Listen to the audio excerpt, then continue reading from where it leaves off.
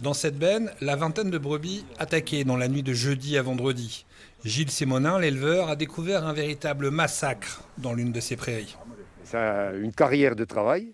On arrive à sélectionner, à faire quelque chose de bien. Et bon, là, c'est une partie de ce que j'ai fait qui s'en va parce que c'était toutes des jeunes.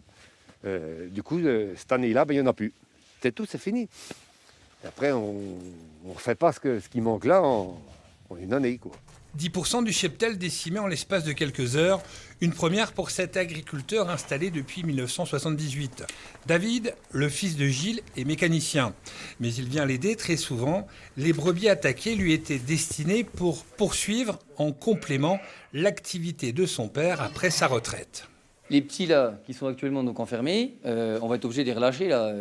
D'ici le printemps, ils vont être relâchés. Voilà, on est stressé parce que la bête, elle est toujours, quoi que ce soit, elle est ici.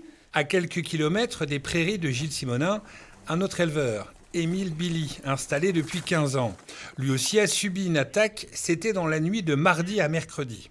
C'est un voisin qui m'a averti et je suis allé voir. J'ai pu que constater la mort de 21 brebis. Il y en a 2 qui étaient blessés, qu'il a fallu euthanasier sur un troupeau de 36, quoi. Ouais. Ça fait une grosse proportion.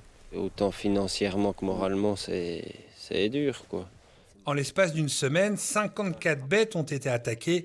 Trop, c'est trop. La FDSEA, par l'intermédiaire de son président, tire la sonnette d'alarme.